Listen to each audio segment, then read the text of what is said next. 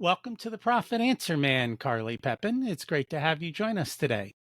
Thank you so much for having me, Rocky. Excited for our conversation. Can you share a little bit about yourself and your business? Yeah, absolutely. So, individuals come to me when they're looking to expand their own leadership within a company, try to clear any misperceptions, blocks, challenges that are preventing them from creating the business and even the life they want, right? So, you know, just is what it is. Our daily life also impacts how we show up in business and finances. So, that's also a real top priority when I'm working with someone one on one. You know, it's funny because when I bring on a new client, our first call is a 2-hour conversation, and we start with their childhood because things that happen in childhood that are unresolved show up in business 40 years later. And so by 100%. understanding their belief system, their money habits, and how they view the world really gets it helps me to better understand what we're going to face as hiccups and where we're going to Mhm. struggle in the business. And so I think that's a big part of it. And that was one of the reasons I wanted to chat today. So Amazing. in regards to the topic, right? Everyone, if we're going to own a business, and that basically means we're not in the business. We're able to step out of the business sense. That means that we've got to build teams. We've got to create the culture and the vision, and we have to kind of be able to step away and to delegate. One of the biggest struggles I see, though, is a lot of people have employee troubles in a Mhm. variety of different ways. And the question, well, so A, it's did you hire the right people? Did you create the right culture and message? And do you hold people accountable to what you expect them to do? I notice a lot of people struggle in that space. And I'd love to get your thoughts of how can we do this better? Yeah, absolutely. And so there are a lot of different dynamics when it comes to employees with their productivity, engagement, and even hiring. So whenever I'm in a business and I'm even sometimes we help, when I say we, by the way, my husband and I do this together. So sometimes we help actually with the hiring process. When we dive into this, there's definitely the dynamic of someone having the right quality background, the right level of background that we're looking for. And that's great. But then there's also the dynamic of understanding their actual values and their life purpose. The reason why we want to understand that is because that's going to give us an indication of how this person is going to perform on the job. So, for example, if I'm diving in, just like I do with clients, I understand their life purpose. And if I dive in and we're hiring someone to be, a leader of a team, right? And it requires a lot of time and a lot of energy. And I see that their life purpose that has health and fitness, it's family, and it's travel, that shows me that this person is not dedicated to working in a company. This person is dedicated to their health and fitness, their family, and their travel, and they will prioritize business over that to a greater degree. If I actually look and someone for the same job has the same qualifications, but I look at their life purpose and it says work, business, that they love doing that. And that's their number one thing. I know that they're going to be the type of person when push comes to shove, and let's say on a weekend something crazy is happening and we need them in the office, they're going to show up irregardless. Where the other person is either going to come kicking and screaming or make up an excuse because there could be health and fitness, family, or travel. So part of it as well is like understanding what's important to people and then putting them in positions that actually will align with that. How do you really determine that? Like, how do you get somebody to say, Mm. these are my values versus those values? Because I would think, well, I mean, if you're a good interviewer, right, you're going to say what you want them to hear. I call it like dating, right? The beginning of dating, it's always the perfect story. Yeah, you definitely don't ask the question outright because people aren't going to give you the answer. And most people don't even understand or know this themselves. It's not something we're taught in school. So we have a very specific set of questions that we ask. We have 13 questions that we ask to get very clear on exactly what their priorities are. And basically, we're just going through what their life demonstrates. And I mean, when it's my husband and I, we do this for a living. We're human behavior specialists. You can tell if someone's lying, so it just actually won't there's ways that we can tell on the questionnaire where it doesn't add up or match up that you're like, something's awry, you're not telling me the truth, and we have to go back and kind of reframe it. So that's kind of the fun part about it as well. The questionnaire in itself that we utilize to get this answer also catches if they lie. So yeah, it's really helpful. It's funny because one of my clients, they hired a company to do screening for potential new employees. He Hmm. actually showed me the dashboard, and yeah, they have to answer these questions. And he's like, they show you, oh, the resume says this, but Hmm. here's what we see as reality. And then they start saying, look, this person doesn't have the right integrity. Their answers aren't in congruence with what their experience on their resume shows. And I think for a lot of business owners, that's what happens. They see a resume, they ask a few questions, they like somebody, but they don't get the full story until 6 months later. And then now you have to get rid of somebody, which is another problem for them because the emotions of letting somebody go. Absolutely. Yeah, and even the letting someone go dynamic as well, I know that it costs a lot of money too. Like that's a big expense. So even figuring out the hiring process is really important for businesses because going in and retraining and rehiring someone is quite expensive. So it's like the more that we can refine the hiring process, the more if there is a challenge later, it's like, well, if it can be fixed, let's go in and actually fix it. Because oftentimes it's worth retraining an employee or helping them out in the business to ensure that we're not spending that extra additional income on the hiring process. It is very time consuming, very expensive. So that's why it's so important to get it right from the beginning. And then, I mean, that dives into, like that was just one part of employees, but there's so many different aspects of keeping employees engaged and productive, right? And there is like that dives into the other aspects where how do we get our employees engaged? Definitely, again, in that hiring process, the more that you understand them, the more that you can put them in a position that's going to really align with them. Someone who does have a high value and a purpose around family will probably thrive in a human resources type position, something where they're around teams, right? If they're really loving teams and stuff, because that's a family dynamic. So understanding those things is really helpful for them. If you have someone who loves travel and that's their purpose, and you have opportunities for sales and travel, that's where you pop them. That's like the best case scenario. You figure out ways where they can feel fulfilled by coming to work every day. Because we hear this quite frequently is that employees get drained, they're exhausted, we have to motivate them, we're bribing them basically with bonuses and all this stuff. And it's challenging. So as opposed to doing that, it's like, well, how can we create that inspiration from within? That's definitely one of the dynamics. And then also making sure that you're, aligning them with the vision of the company, that they understand it. If you don't understand the vision of your company and you're not able to explain it to your employees, how can you expect them to get on board? And so like having the things that we live by that are inspiring, and also boundaries. Like there's a short, you don't want to put too many boundaries in because it gets confusing, but have boundaries that also align with the vision of things not to do. And when you have that small list of boundaries, because you want to encourage creativity, but if you encourage creativity and they have no boundaries, they're gonna push the line. They're gonna go and step over the line, right? Because you didn't say they couldn't.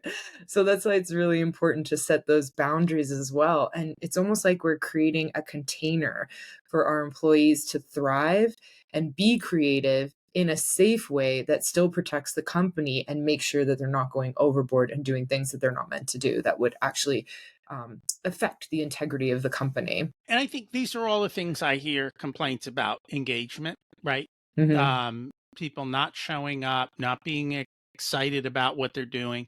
I think part of that also is it runs on both sides. In other words, you have somebody who happens to be good at a couple things and they're in this job, but all of a sudden you start shoving them to doing some other things because you need it and they're good at it, but it drains them. And so Hmm. we put them in the wrong seat and Hmm. we create the problem, or we promote them or put responsibilities on them that they're just not in tune with, and yet they don't know how to say no, and we don't realize how much of a problem we're putting on it. And the other half is, like you said, the money part. I think too often we throw money at every problem.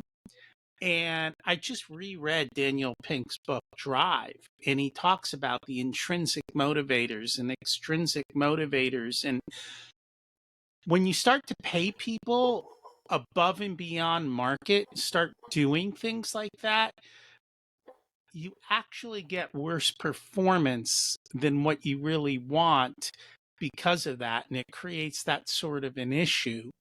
And you have to be careful because you will get what you reward. The question is, what are you rewarding for? And Yeah. if you're not careful, it doesn't turn out well. And this is another dynamic with even employee reviews, right? Because it's super accurate. If you're just rewarding an employee and giving them extra for the sake of giving them extra, crossing your fingers they'll work, that's not going to happen. If they already didn't work to get the pay increase, they're not going to work when they get the pay increase. That's not how it works. So basically, like giving an employee review on a weekly basis, a monthly basis, and going through it with your employee, what they did great, but also where they could improve, it not only helps you to give that feedback in a constructive way, but it also helps the employee to understand perhaps why this person next to them got the increase in pay and the bump in their promotion and why they didn't. And that's when they get to choose to either take that extra step to get the promotion, or they could choose to say, well, I don't want to do that, so I'm going to stay in the position that I'm at, right? And employees genuinely, they like knowing if they're doing a good job. Like they want to know. Like it just takes some nervousness off the plate where they're like, okay, I'm doing really well here, but I could improve here. And the other cool thing too is like by doing this, the people who are really inspired to grow within the company will start improving. And those are the people that it's genuinely wisdom to reward because they are taking action beyond their current job title naturally. And those are the people who are going to go into management, into leadership. And you give them the pay increase for it and let them know why. You're getting the pay increase because you went above and beyond. You did all of these things, and we want you to be in this position over the other individuals who aren't showing us that fortitude to actually move forward. Yeah. So when we think it's like, yeah, people want to do a good job and they want to hear about it. So, and also if they're doing a bad job, they want to know about it. And if they're really pissed off and they freak out, they're probably on their way to getting fired anyways. It's probably one of those people. I think Uh, as I'm listening to you, though, it's like business owners are running around with their hair on fire half the time. They don't have the time to sit down and get clear on their vision. They don't always behave in accordance with their vision. And now you want us to do daily, weekly, monthly feedback to employees. It kind of seems overwhelming. How do we yeah. help them to get the time to do all of this? Well, this is part of scaling up, and you're not meant to be doing these components. So when I say to implement these, I'm also saying that someone else is meant to be implementing them, a human resources team. If you look at some of the greatest companies in the world that have been around for decades, they already have these practices in place. So when we sit here and say it's too overwhelming and I'm not going to do it, you're robbing yourself of the opportunity for your company to grow. These are time-tested things that are actually put in place. So finding and getting help and assistance to make sure that this is manageable is key. Because if you think about you, and this goes right in delegating, which I know we were going to chat about, when you're delegating to someone, if you wrote down how long it takes you to go through this hiring process and how much time you or how much you make an hour, I'm going to guarantee that taking in someone else to do it is going to cost you a lot less and free up your time. And every hour that you don't spend wasting your time on something that you can delegate for less money is an hour that you have the opportunity to create income at your level. You know, you're that visionary. You're the person who's leading the ship. I don't need you to be doing all the little bits and pieces on the inside. It's like asking like the captain to go down and fix the boat all the time. Like you can't do that. He's got to focus on driving the ship. So that's part of delegating. It's important for you to focus on driving a ship. And all these bits and pieces are bits and pieces that you're going to delegate to a greater degree over time. And if you're starting out and you're a smaller company and you're doing it on your own, then you start out on your own and you start to work to make that happen. Because it sometimes people think I'll do it when my company gets bigger, and this is where the problems really hit us later on, is because by the time you get bigger, not only do you not have you have less time to do it, you have less time to think about it, and on top of it all, your company's running in kind of a very hectic way, and it's almost like you're running as a startup with a larger company. And then that's why it seems like a shit show on the back end, because you just never put it in the beginning. But if you put the principles in place in the beginning, guess what happens? You just keep refining, expanding, refining, expanding. And then when you do hire someone, you say, here's the information. Here's the information. Here's what I'd love for you to do. And it actually makes training and delegating take less time and energy. Put the practices in your business now. It's important on any level when we're scaling up. It's going to save you a lot of energy and time in the future. It's too late. At least for the people who listen to us. By the time they get to me, I think they've already built a certain foundation. And so now it's like I'm in the midst of it. What do I do first? How do I deal with that in the midst of the situation? Because I didn't do it as I was building up. Yeah. And this is interesting too, because it's like when I go into companies, either by myself or with my husband, it's finding out what's necessary for us to start to work on. And we just do one step at a time. And it's actually going to be unique for each company, because one company might be a lot more productive and efficient if we focus on a different area than another company, even though they both have gaps in multiple places. And so this is where, just like a person, where you go in and you work with a person, like you're saying in the beginning, when you go back to childhood's going to be very individual and unique for each person. And each person's experience and challenges are different, but also kind of similar. It's the same with business. Business is like a living, breathing entity. So we go in and we understand it to the degree that we can find out what's actually going on, where the gaps are, and which one would give the most bang for the buck first, because it takes some time to implement this stuff. This is why when you do, business consulting, it's not like a one-off phone call. Like, this is often years in the making. It's funny you say it's years in the making, because I think a lot of times they think there's a simple, like a fast solution. And A, there's no fast solution, but B, it's an ongoing process, Mhm. because even when you get the foundation, things keep changing, life keeps changing, people keep changing, and you have to keep working on it. It's a never-ending process, which is, I think, where people might struggle um, Yeah. in understanding that concept. Yeah, I don't know. What have you found? Absolutely. I mean, you don't get from point A to L in your business by just having a quick solution. That took you quite some time and a lot of energy to get to that point. And if we look at what you did on the back end, you might have had a solution that sounded quick, right? We could say it quickly, the solution, but the implementation of it, the strategic execution of it, putting in the strategy, putting in the systems, and then refining that over and over again. We want to observe, refine, reserve, refine, observe, refine. That takes time. And it's funny because people look at great companies who, again, have been around for quite some time, that are doing really well, and they think, well, because they do this, it's going to be easy for me to implement it. No, they spend a lot of time and energy on their systems, their strategies, their people, depending on the company and what's most valuable to them. And it's knowing that that time is important. That time is so important, depending on your company and depending on what you're doing. The year, the 10 years, the decades that you spent on one simple thing is actually quite important. I remember listening to, I think it was the CEO of Marriott. I can't quite remember, but it was one of the executives, right? C-suite executives at Marriott. But they have a lot of focus on their people, because the people are most important to them, because they want the people to connect with their clients and customers. And they keep refining customer experiences based off what their employees continue to share with them through engagement. So they really encourage them to come up with new ideas, get inspired to connect with people in very specific ways, how to create the best customer experience and then take that feedback and refine their company. So their focus is massively on people. And so when we sit here and say, is there too much time you can spend on something? Absolutely not. Since this company focuses on the customer experience and they get that information from their employees, it's wisdom for them to be putting the time and energy there. And is it a 1 year thing? No, it wasn't a day thing. It's been going on since they figured it out. It's not going to stop either. And that level of refinement and continued education, knowledge, and I know they bring in experts to assist them as well. It's just like continuing to get it to grow and evolve with them as a company.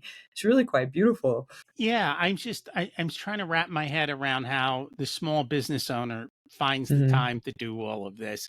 And then the second half of it, I do realize that many of them, they compare themselves in the time they put in. Well, they don't compare the time they put in. They just compare themselves to these big successful Hmm. companies and don't realize the time they put into these little things that honestly, the time you put into creating values or Hmm. creating a good hiring program, they're not direct line items on a P&L, right? You can see the results of them on the P&L, but you can't point to it. It's like you got to learn to read between the tea leaves, which is Hmm. kind of what we do, but I think that's where the struggle comes in. They all Hmm. want to go, I'm going to invest $10,000. I want to see a return. Show that to me. And this is not so direct. Well, and here's the interesting thing too. So when I hired my first assistant, I didn't know about the stuff. I didn't put anything into place. And by the way, she's great. I lost a person that potentially could have been an amazing assistant because I didn't put these principles in play. So she didn't have any boundaries set up. I didn't have her linked to like a common belief system, right? I wasn't actually helping her to see how daily tasks, like we're supporting what's important to her. I didn't have these things set up. I wasn't doing the employee review. And funny, I look at this woman and I'm like, man, had I done that, I wouldn't have lost her. And I lost her because I didn't put the boundaries in place. And then when I started to, she was already too used to coloring outside the lines and I couldn't get the work done in the time affected. And so I thought, man, I didn't waste, obviously you learn a lot, but I like invested a year and a half in this person. And in the last, it was like about 4 months or so before I let her go, she really started to fade and I couldn't get her back on track. And I thought, had I just put this in place, this is one person that I could see could have potentially been with me for a lifetime. And I'm like, that's not her fault. It's not her fault she messed up. It's my problem because I didn't have the systems in place. And here is, I mean, a year and a half is a long time to have someone train them, get them used to your back end. And then when they're gone, what happens next? You do it all over again. The time invested in doing it all over again, if you keep doing it wrong, expect to have this cycle and turnaround. So that's why I say it's like every time, even when you're hiring someone else, it's like, okay, well, now I have a different process in place and I'm putting in things step by step, framework by framework, so that I can ensure that I'm tackling these problems head on beforehand.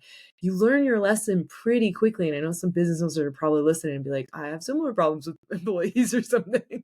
And it's like, you learn that 8 hours or something that you spend understanding your vision, which often it doesn't even take like that long. Like there's a certain degree, sometimes it takes shorter time, or that time that you spend putting in like the boundaries, right? Or creating like employee reviews and just automating it so they fill it out.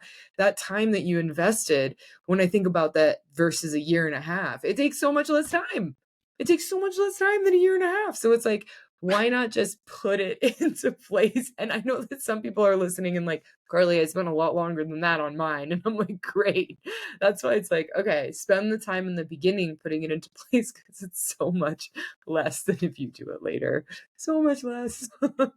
And I agree with Uh, you, but I think for a lot of businesses, everyone's been mhm. coloring outside the lines for so long. Like, does that mean they got to replace everyone? Or how do we get them back in the lines? It depends. I mean, some people who are already coloring outside the lines, you're already trying to get them back in, and you have that one conversation with them and they switch and they shift. And those are the people you spend the more time on. But if you're continually this, she's great again, but I was consistently giving her feedback that you can't do this. This is not how the company works. Like, you're falling, you're slacking, you're not getting things done. And she just wouldn't adjust, and after 4 months of sharing this information with her, if she's not going to adjust, it's all of a sudden becoming a waste of my time to continue these conversations, because my time and my hourly rate is not here to try to get you to hold you accountable for the job. After 4 months, if you're not going to do it, that's a long time. You're out, right? And so this is the dynamic too. If you're spending that much time on someone and they're still not shifting, yeah, it's probably time to replace them. But if you actually, and this happens a lot, when you have a serious conversation with an employee, sometimes you see them and they're like, whoa, I did not realize I was slacking off that much, but I see it now. I'm going to figure this out. If you see them start to figure it out and take action to adjust it, then that's obviously someone that you want to keep around and continue to invest in. So it's really reflecting on the person as an individual, right? And again, like, you may be doing this now, but eventually you want your human resources team to do this. This is something that you want to delegate eventually, or even an assistant. When I was working for a small company, there was only how many in the office? 1, 2, 3, 4, 5 of us in the office plus the CEO. So it's not many, right? It was a smaller company. And I was operations manager, but at the same time, I was kind of second to the CEO. And so everything funneled through me. She never saw a resume unless I approved it. She never even met with the person until, like, I reviewed all the resumes, right? So if you're an owner and you're sitting there and you have a small team and you're expecting to look through 1,000 resumes, that's unrealistic. She gave me a list of bullet points of what she's looking for. She gave me her yeses and her no's, so the boundaries. And I look at the resumes, I review it, and I'm like, this one, this one, this one. And she's like, meet with this person. No, no, because of this. She would tell me why it's a yes and tell me why it's a no. When you communicate in that way, then I got to refine it even further. And out of the 1,000 people that came in, she saw about 10 to 15, and we would find our perfect person. So again, it's like, get creative. If you have an office, and even if it's a small office, who can you get to help and assist you? Because even if it's not something that's normal to them, there's someone in that job. There's usually at least one person in the company that really likes working there and really likes working alongside you and wants more work to do and, like, thrives off of it. I was that person. So she used me to that degree, and it was wisdom for her. She took a lot off her plate, and then she focused on the vision, the mission, and then I helped her with all the bits and pieces, and she delegates. It's really important to learn how to delegate. You do not want to get stuck in the day-to-day. When she would get stuck in the day-to-day, I'd look at her and I'd be like, girl, like, you got to stop this right now. I'm like, you cannot be focused on this. Like, it's wasting time and our sales are down. So I was like, what can I help you with? So you could go out and focus on creating client connections, and then she just snap out of it really quick and she'd give me things to do. It's really important. Like, you're the blood. You're the heart of the company. You're the heart. If you're not pumping it, no one else is going to. And yet I see them struggle in that space. And Yeah. part of it is letting go, I think. Well, you're not doing this is also an unrealistic expectation too, that we do everything right. That's also a bit like, it's part of our pride as well, where we're having a hard time delegating because we're afraid something's going to get messed up. If you delegate and something gets messed up, your systems are not in order. And it's so crazy because we have these unrealistic expectations in a smaller business to not have the same problems in a larger business. But the larger business has just a different perception where it's just a norm. They have problems. It's normal. Like, they analyze their business on a regular basis. Amazon does this random analyzation of their inventory to make sure that they're keeping track and things are stocked accurately, and it's random and it happens all the time, and there's mistakes that they find on a regular basis. And then they go in and they're refining things and they're seeing what worked and what didn't work. Every time you see a button change on Amazon, that's a whole analytics thing on the background where people are spending hours and hours and hours, days and days, weeks and weeks trying to figure out which button you're going to push to buy more stuff, right? And so if a button is having a problem, they're going to spend sometimes a year on it. Like, Walmart is working to compete with Amazon's, I don't know if they did it yet, by the way, but I have a client who is assisting Walmart in competing with the one-click Amazon thing.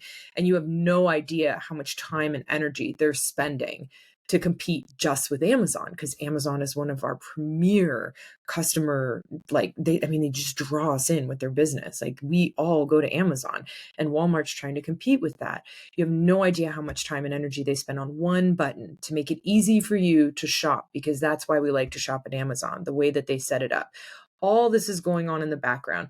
Things are failing. Things are having trouble. People are having problems. People are getting fired. People are getting hired on a regular basis. There's chaos and order. And somehow you think that you're supposed to wake up in your business and not be stressed out and not have rough days and everything be perfect. Absolutely not. You're experiencing at a smaller scale what all these companies experience at a larger scale on a daily basis. The more that we get it, every time you have a problem or challenge, implement a system, a strategy, start to put it in place, and start to refine things. Business is refinement. Refinement. You don't have to get it right today. Just please try. Like, uh, So how do we deal with that roller coaster of yeah. hiring, firing, refining, problem, hiring, like it is a roller coaster. How do we internalize that Yeah. and be okay with it? So this is the mindset component that I love as well. It's one of the things that I work with the C-suite executives or owners the most is mindset. So when we're focused on mindset, we want to look at right now, if all of this stuff is stressing you out and you never want to do it, and you're listening to me and you're like, oh, I know this is like important, Carly, but I don't want to do it. Then what we want to do is we get a greater idea of what's purposeful to you. Because let's say health is the highest priority in your life. I want you to see how hiring and firing people serves your health. I want you to see how creating systems and structures serve your health, how every challenge that you go through that I'm speaking of actually is serving your health. If you have something else that's a priority in your life, maybe it's family, then we see how it serves your family. If you're not linking your challenges and seeing how all the challenges you have actually serve what's truly most important to you, you're going to back off on the business. You're going to back off and you're not going to do it. You're going to judge yourself. And this is where that comparison that you talked about, Rocky, comes in. Because, yeah, so much comparison comes in. You're going to look at someone else and say that they're doing such a better job. When I talk about it and I'm enjoying it, if something crazy goes on, obviously I'm really frustrated on the back end. Like I'm a human being. You'll see me frustrated. I'm on a podcast. No one's pissing me off right now. And then at the same time, I really love this stuff. So if someone compares like what they're doing to what I'm doing, you're going to put yourself down. I already have this linked high enough that I want to do this stuff. I really want to dive in. I want to get into the grit of it, right? If you want to have that energy around it, it's asking yourself how these stressful circumstances serve you. And when you see that, you don't see them as more negative than positive. You want to neutralize it so it's an equal negative to positive, and then it's just an event. Just like in these big corporations, it's just an event. It's not a good, it's not a bad, it's just an event because they have a neutral mindset on it already as a group collective whole. We want to do that for ourselves personally. That makes a lot of sense. So one final question. How do you how do you manage the relationship between your husband and yourself and work? Because does it how do you keep it so it's not leaking into everything?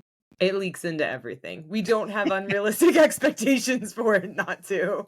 I love my husband. He's incredibly inspiring and we fight. We definitely fight and we definitely have challenges. I don't want to sell a fantasy that we're some like rock star couple that never fights. It's no such thing as that. But understanding that you're going to get in fights, you're going to have challenges, and then knowing how to overcome them, that's been the key. So all this stuff where we talk about shifting mindset and perception about the challenges that we're going through in business, the things that I'm sharing with you, I've massively incorporated and applied to my relationship. And so is my husband. So that when we're having unrealistic expectations on each other as business owners, which any business partner, we have this. I know that any person who's living or experiencing this with a business partner as well knows that you guys get in confrontations, there's conflict. So we actually apply these principles to each other as well to ensure that we're moving forward, not only in the business, but also in the marriage.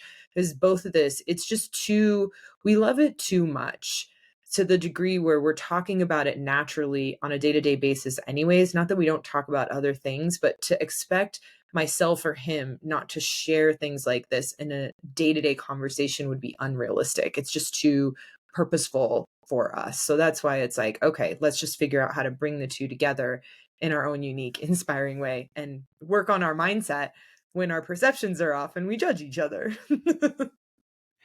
You know, Hmm. it's funny that you say that. I don't know how many people are in businesses that they love and Yeah. also with their spouse. So my wife refuses to work around my business. She's like, I'm not working with you, but we are both in the finance space. She's a CPA. So, having conversations around tax are just normal all weekend because we both love what we do.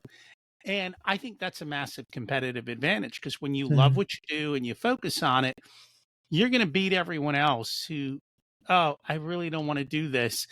We're like, well, don't worry, we'll take care of it and more. And so I think that's a big part of it, and it's wonderful to see other people who are like us. If people would like to learn more about you, figure out how to get help from you, what's the best way for them to do that? Best way is go to my website, carlypepin.com. You can contact me or directly or just find my social media channels as well. Well, cool. Thank you so much for joining us today. Thank you, Rocky. This was inspiring. Thanks for listening to this unedited video of the Profit Answer Man podcast. If you'd like to catch the full episode and learn more about what we do, check us out at profitcomesfirst.com. We also go through the Profit First book in each and every chapter in the beginning episodes of the podcast, so check those out as well. Thanks for listening, and here's to you having a more profitable and growing business.